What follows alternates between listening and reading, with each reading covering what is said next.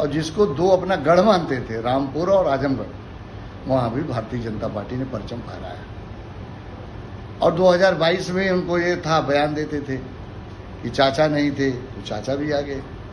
तब भी विधानसभा के चुनाव में हम 2/3 ज़्यादा से बहुमत से चुनाव जीते।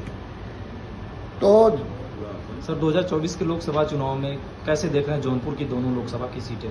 हम दोनों लोकसभा सीटें जौनपुर की भारतीय जनता पार्टी जीतेगी। हमारे कार्यकर्ताओं की पूरी तैयारी है। संगठन का एक संगठनात्मक ढांचा है।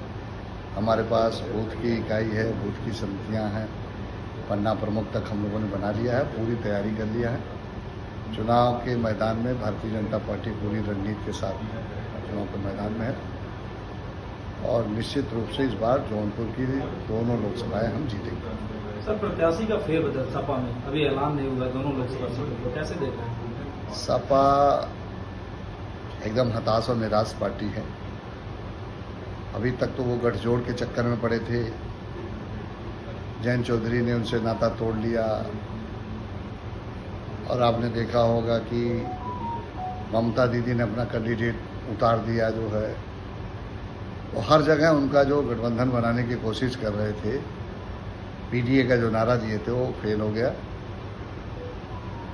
और मैं अगर बात करूं 2014 से लेकर 2024 तक जो विकास के काम हुए, माननीय प्रधानमंत्री जी के मार्गदर्शन में, उनके नेतृत्व में जिस तरह से देश में विकास की गति बढ़ी है, चाहे वो सनातन धर्म की बात रही हो, चाहे वो महापुरुषों के सम्मान की बात रही हो, और चाहे भारत को आत्मनिर्भर बनाने की बात हो, वो सबको आपने देखा होगा।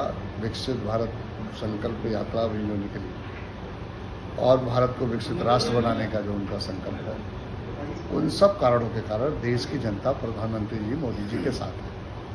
और ये 2024 का चुनाव उत्तर प्रदेश की हम लोग 80 में से 80 सीटें जीतेंगे।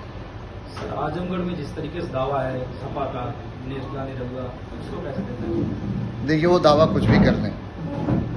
और अखिलेश यादव का अगर बयान की बात मैं करूं तो हास्यास्पद बयान देते हैं। कभी कहेंगे ईवीएम के कारण हो गया, कभी कहेंगे प्रशासन के कारण हो गया, चुनाव जीत गई भारतीय जनता पार्टी। लेकिन मेरा सवाल इस बात का है कि 2012 से लेकर 17 तक वो उत्तर प्रदेश के मुख्यमंत्री थे।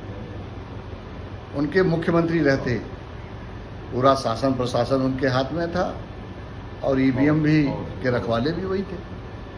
उस समय भी जब 2014 में चुनाव हुआ तो भारतीय जनता पार्टी 73 सीटें जीती।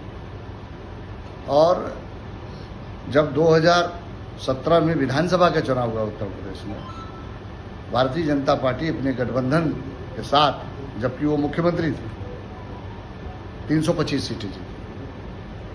2019 में बहुत प्रयास किया अखिलेश यादव ने बुआ बबुआ का गठबंधन करके रोकने के लिए मोदी को, फिर भी उत्तर प्रदेश में हम 64 सीटें जीते।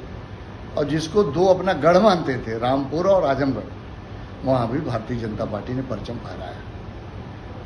और 2022 में उनको ये था, बयान देते थे कि चाचा नहीं थे, तो चाचा भी आ गए। तब भी विधानसभा के चुनाव में हम 2/3 ज़्यादा से बहुमत से चुनाव जीते। तो देश की जनता का, प्रदेश की जनता का जो जनादेश है वो भारतीय जनता पार्टी के पक्ष में है, भारतीय जनता पार्टी की वैचारिक विचारधारा के पक्ष में है।